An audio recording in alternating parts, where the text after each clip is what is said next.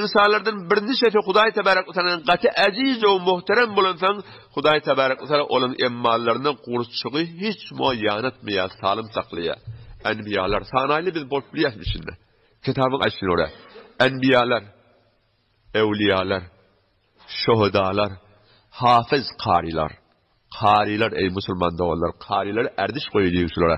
La agal ýatdan ogulmasda yüzünden oňurjak bolar. Qariler we o birde ulama-i rabbani, bir alimi ki ilmini fakat Hudaý direkli seçýän meselelerdi. Tebe bolmasa ne dewletden, ne merdumdan hantama bulman Hudaý direkli etýän bolsa, hatta ki öz aleyhine de bolsa, öz oglunyň aleyhine de bolsa hukmetýän şeriata göre şol adam alim rabbani o da cismini gurçuk ijek değil diye. Emma bir ulamalar ki, bir ahullar ki halka etme olsa gaygıran okla, öz damarında ijek olsa şeriatı batırıyan mesela, ol ulamalar belki at diye adamlardan da petemrettelik olacaklar. Ona haberdar olayım. Şula inşallah tebarek ve teala enbiyalar bizde tamam yok, evliyalarda şu zamanında tamam hevra şehitte hiç yok bu at, kariye ulama rabbani imkanı bolsa bolamalı. Şolong hamını gurçuk ijekkä. Uhud meydanına, jeng Uhudda şehit bolary jaýlanypdyr. Ýa-ni 100 ýyl töwereginde, ýani tariban şol şehit bolandan 1300 ýyl geçenden sonra musulman dawallar. Ýani 1300 ýyl geçenden sonra ýol derekli ýa meýdany giňilçek bolup ýer gadallaryna bir şehidin jesini tapdyr ki täze düýnelen ýanak diýe. Düýn jaýlanan ýanak diýe. Hatda elini garnynda şemşir degenmişdik.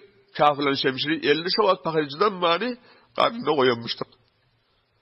Sonra şu at yani 100 yıl medenide Musulmanlık atıp öten şehit tafallarında bir Musulmanın biri elini cahilici doğrulacak bolanını elini kaldıranını eteğinin kan çoğmanı duruptur.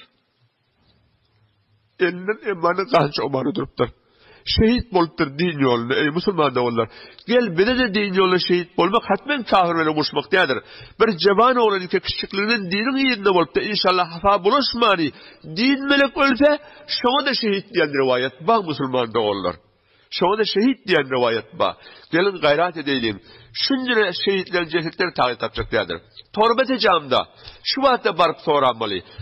Şeyh Ahmet Camii'nin kabr şerifinin yanında hem bir sağçısaz derekli kumanlarına bir denanan ceset tapılıptır diye. Ki ölenini 50-60 yıl şayet kerrağı adrak boluptır diye. Ve her hal köp vaat geçiptir. Emma ceset salınmıştık.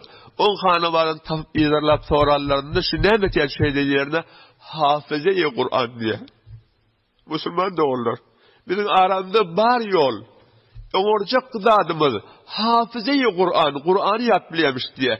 Gelin eger ýaş geçen bolsa da Kur'anyň kelimelerini yat bilmesek de emellerini yat bilelim. Kur'an'a göre emel edelim inşallah biz de şonjary bolar. Hafıze Kur'anlary okuyan Kur'anlaryna emel etseler elbette. Okuyan Kur'anlaryna emel etseler şonuň içindäki Kur'anyň hurmatyna olan hiç muga cesedini gurçuk ijek däl diye. Emma Kur'anlaryna göre emel etse.